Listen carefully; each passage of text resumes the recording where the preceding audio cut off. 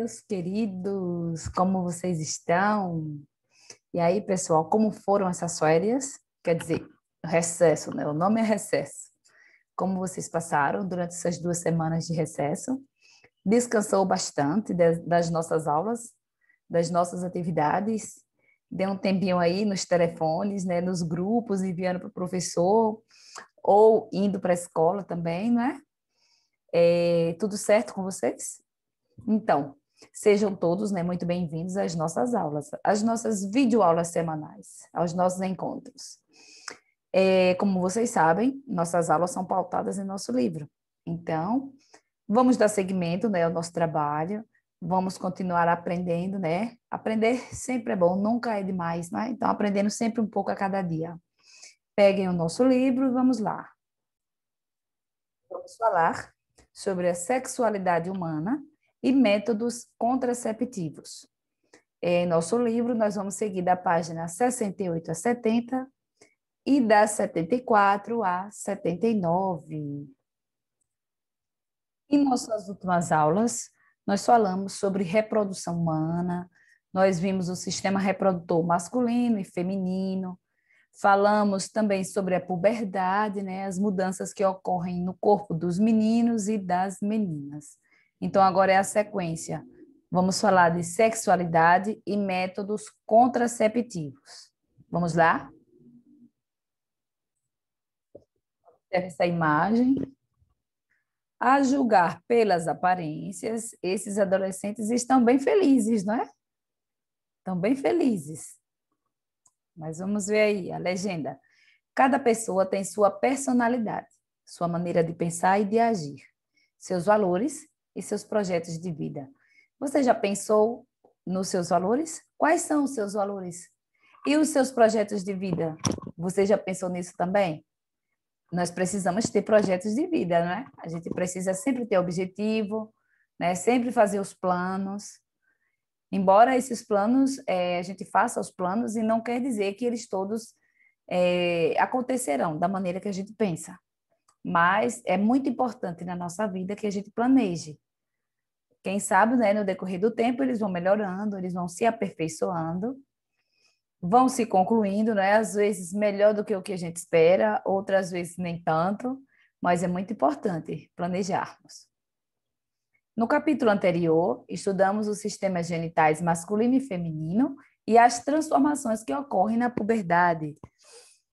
Vimos que uma relação sexual pode ocasionar o encontro de gametas, que é a fecundação, e a gravidez, que resulta no desenvolvimento de uma nova vida. Mas nem todas as relações sexuais levam à gravidez. A sexualidade humana envolve sentimentos e sofre influências da cultura e do contexto social. Além disso, as relações sexuais incluem questões éticas, responsabilidade e respeito entre as pessoas envolvidas. Por isso, antes de tomar qualquer decisão, é importante refletir, conversar e se informar, até mesmo sobre os métodos para evitar a gravidez e as infecções que podem ser transmitidas pelas relações sexuais. A questão é, por que é importante se conhecer e cuidar do próprio corpo, inclusive quando nos relacionamos com outra pessoa? Você conhece algum dos métodos para evitar a gravidez? Quais desses métodos evitam também infecções sexualmente transmissíveis? Vamos lá? Primeiro tópico aí, a sexualidade humana.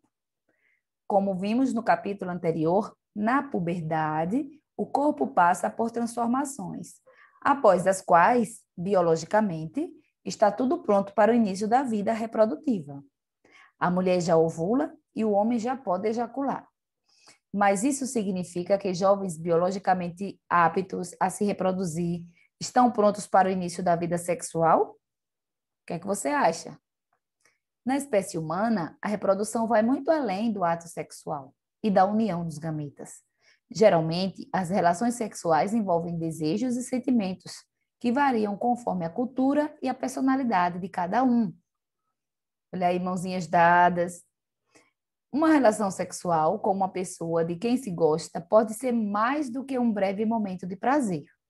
É uma maneira de se envolver com outra pessoa, trocar carinho, mostrar afeto, ser companheiro e ter responsabilidades. Em uma relação sexual saudável, é fundamental que exista respeito entre os parceiros e que ambos sejam responsáveis e estejam de acordo com as escolhas feitas. O respeito faz parte da ética envolvida nas relações entre as pessoas. Devemos sempre agir de maneira responsável, de forma a não prejudicar a nós mesmos ou a outras pessoas.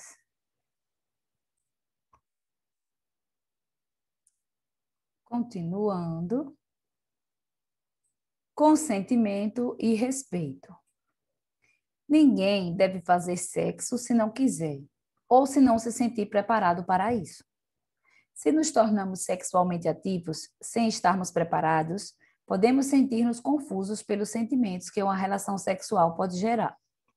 O sexo, apesar de prazeroso, pode trazer consequências físicas não desejáveis, como a possibilidade de contrair uma infecção sexualmente transmissível ou então uma gravidez não planejada. Além disso, pode gerar consequências emocionais não esperadas. As infecções sexualmente transmissíveis, que são chamadas de IST, são um termo mais adequado para as doenças sexualmente transmissíveis, que são chamadas de DST. Embora o termo DST ainda seja frequente nos meios de comunicação. Há um tempo atrás, né, só se usava esse termo, DST. Aí, depois de um tempo para cá, que trocou, né, passou a ser IST. Vamos ver aí a explicação. O termo IST, em vez de DST, chama a atenção para a possibilidade de uma pessoa ter e transmitir uma infecção, mesmo sem apresentar sinais e sintomas de uma doença, como estudaremos no próximo capítulo. É preciso saber dizer não e aceitar um não. Veja aí na figura, olha aí, não é não, eu respeito. Também não se deve namorar ou ter uma relação sexual só porque foi pressionado pelo parceiro ou porque seus amigos acham que já está na hora. Cada pessoa tem seus desejos e valores e deve ser respeitada. Se você tem um namorado ou uma namorada ou se planeja ter uma relação sexual com alguém, deve ter uma conversa sincera com seu par. Ambos precisam estar dispostos para a relação e informados sobre os métodos para evitar a gravidez e as IST. Continuando, vamos lá para a página 74.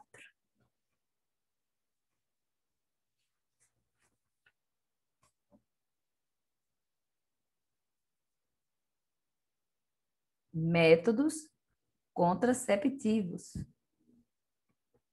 O nascimento de um filho traz muitas responsabilidades para os pais e familiares. Nem todas as pessoas, sobretudo quando são muito jovens, estão prontas para cuidar de uma criança e educá-la ao longo da vida. Tanto o pai quanto a mãe terão de assumir um papel para o qual talvez ainda não estejam preparados. A atuação dos futuros pais já começa durante a gestação, com o acompanhamento pré-natal.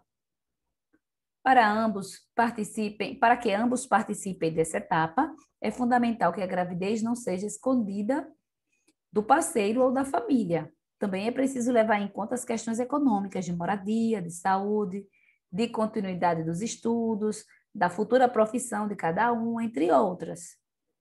A gravidez e os cuidados com o bebê são trabalhosos e tomam bastante tempo. Na adolescência, essas atividades podem prejudicar os estudos e o início de uma carreira profissional. Para evitar a concepção de filhos em momentos não planejados, há vários métodos chamados métodos contraceptivos ou anticoncepcionais. Os preservativos que veremos a seguir são importantes também para evitar IST, que são as infecções.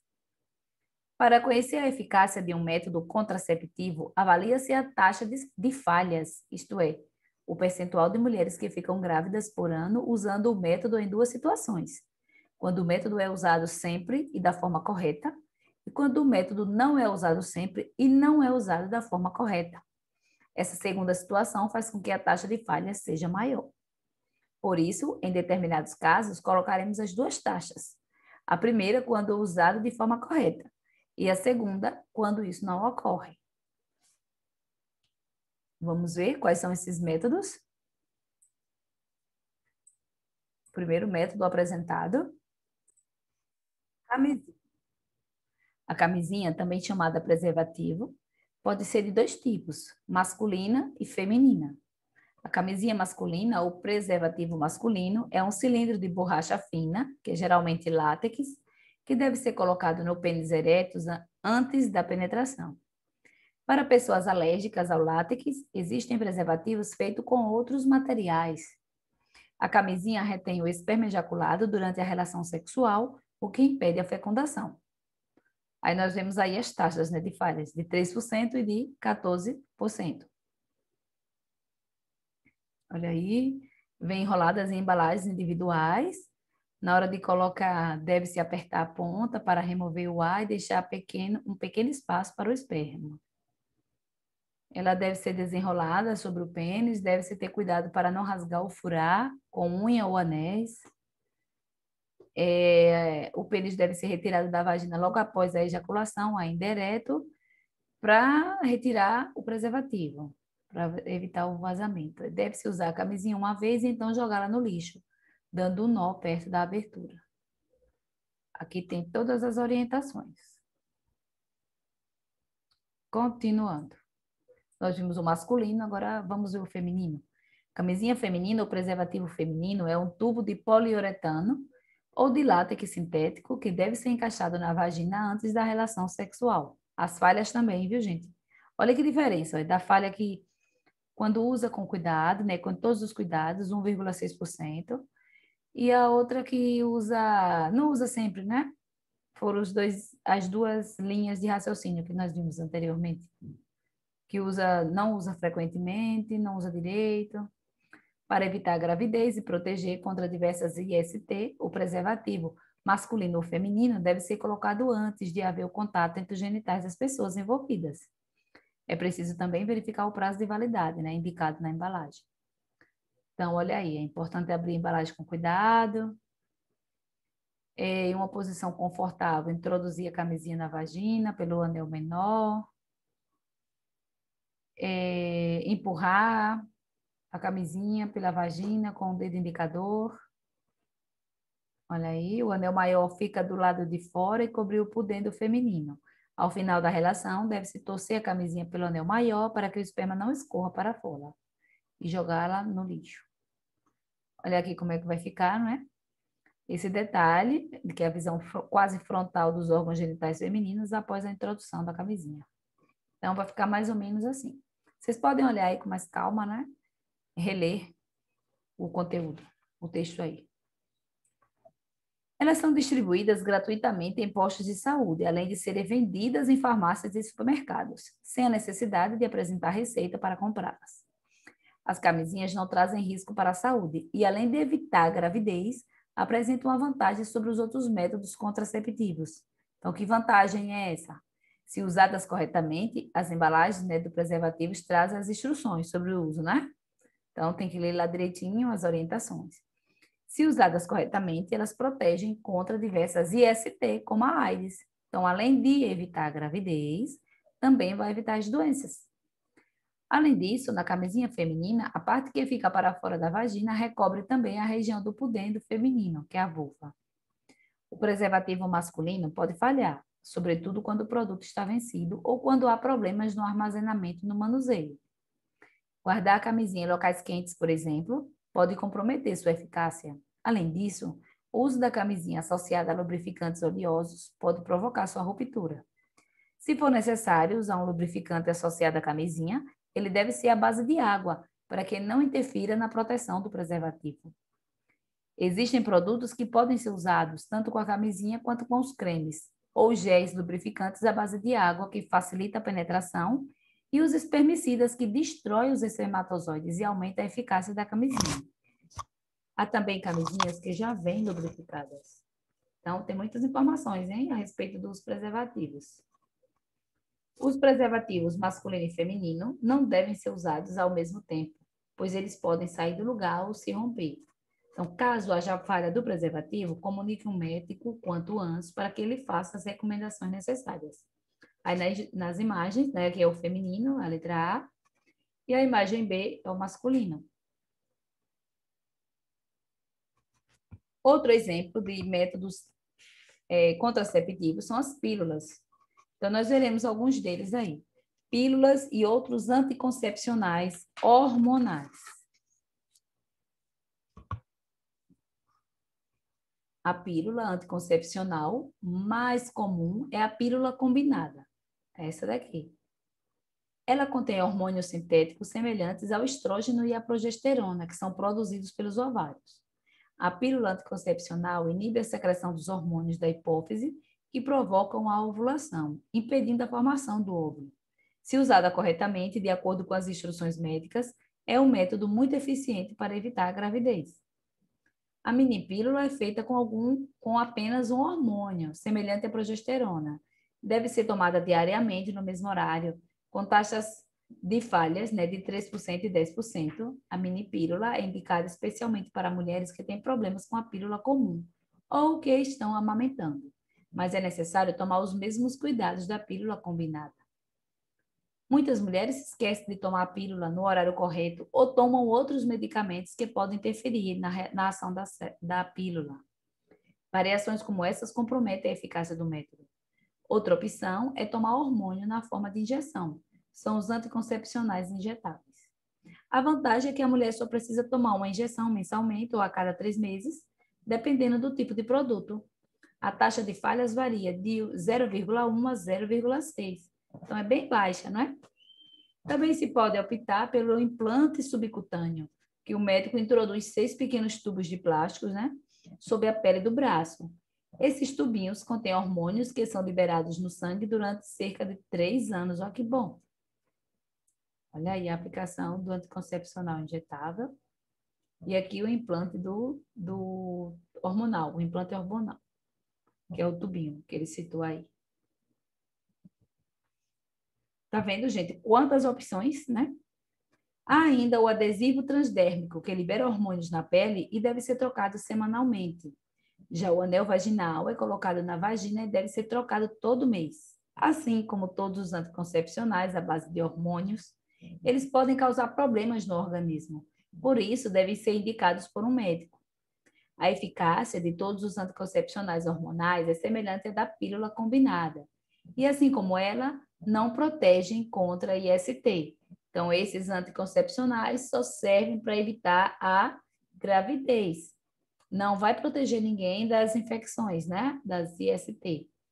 Quem pretende usar anticoncepcionais hormonais deve procurar um médico, pois eles podem provocar efeitos colaterais, como problemas circulatórios, e não são recomendados para todas as mulheres. Além disso, o médico dará as instruções de como usar cada tipo de anticoncepcional. Então, tem várias opções desses hormonais, né? Tem para todas as escolhas, todos os gostos.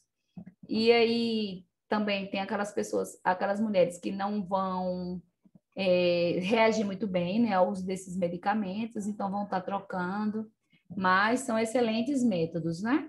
O importante é fazer o planejamento familiar, não é? E sabendo também que eles não protegem contra as IST. Já no caso do preservativo, é bom porque faz as duas coisas, né? Além de proteger dos IST, também evita a gravidez, tá bom? Vamos lá para a nossa atividade? Nós temos 3 questões a serem respondidas. Aí, lembrando, né, nós vamos fazer a primeira, a segunda e a terceira é com vocês e seu professor da sala, tá bom? Então, vamos lá. Primeira, no começo desta unidade, estudamos formas de reprodução de diferentes seres vivos. Vocês lembram, né? De que forma o sexo na espécie humana é diferente daquele observado na maioria dos animais? Nós vimos logo no início desta unidade. De que forma que é diferente? Como é que acontece o sexo na maioria dos animais? É somente para a reprodução, enquanto na espécie humana é diferente, não é? Na espécie humana envolve emoções, não é? É bem diferente. Então, vamos lá. O sexo na espécie humana pode ter fins reprodutivos ou não. Então, pode ser para reproduzir e pode não ser também. Em seres humanos, muitas relações sexuais ocorrem envolvendo sentimentos e emoções, mas não necessariamente a reprodução. Então, já respondemos a primeira questão, super fácil. A segunda questão, vocês leiam aí com atenção, né? Falando sobre método contraceptivo. A segunda e a terceira, as duas falam sobre isso. Então, vocês vejam aí com calma, com atenção, releiam as páginas anteriores, que vocês vão conseguir responder tudo, tá bom? A gente encerra a nossa aula aqui, né? A nossa primeira videoaula da semana. E já já a gente volta para fazer a segunda. Então, tchauzinho para vocês. Fiquem com Deus.